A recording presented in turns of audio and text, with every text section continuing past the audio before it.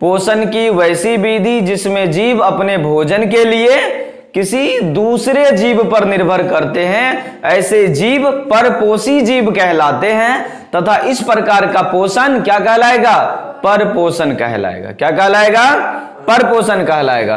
परपोषण की कई विधियां होती है, परपोषण के कई प्रकार होते हैं, आज हम जानते हैं। परपोषण के मुख्यतः 3 प्रकार होते हैं जो स्पष्ट दिख रहा होगा। पहला है मृतजीवी पोषण। क्या है? मृतजीवी पोषण। दूसरा क्या है? परजीवी पोषण। और तीसरा क्या है? प्राणी संपोषण। परपोषण के कितने प्रकार? 3 प्रकार। क्या क्या?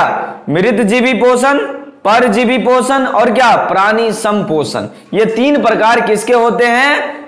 परपोषण के। किसके? परपोषण के। कितने प्रकार? 3 प्रकार। मृतजीवी पोषण, परजीवी पोषण और प्राणी संपोषण। चलिए अब हम जानते हैं मृतजीवी पोषण के बारे में। किसके बारे में? मृतजीवी मतलब मरा हुआ जीव जंतु से जो खाना खा ले। किससे खाना खा ले? मरे हुए जीव जंतुओं से जो खाना खा ले उसको क्या कहेंगे? मृतजीवी। क्या कहेंगे? मृतजीवी। तो देखते हैं क्या है मृतजीवी पोषण। बोलिए क्या होगा? परपोषण की वैसी विधि जिसमें जीव अपना भोजन सड़े गले या मृत जीव जंतुओं के शरीर से घुलित कार्बनिक पदार्थों को प्राप्त करके अपना भोजन करते हैं, इस प्रकार के पोषण को मृतजीवी पोषण कहते हैं और ऐसे जीव मृतजीवी पोषी कहलाते हैं। क्या कहलाते हैं? मृतजीवी पोषी। फिर से बोलते हैं, मृतजीवी पोषण किसे कहते हैं? तो परपोषण की वैसी विधि। किसके?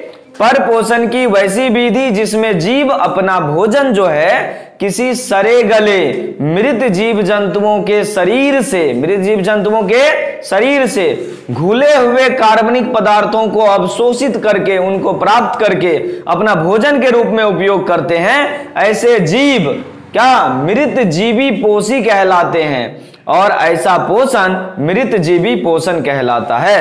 परपोषण का पहला प्रकार मृतजीवी पोषण है। ये हम जान पाए। और जैसे हम अगर उदाहरण लेंगे तो बैक्टीरियाज यानी कि जीवाणु, कवक, प्रोटोजोआ। कवक जैसे क्या?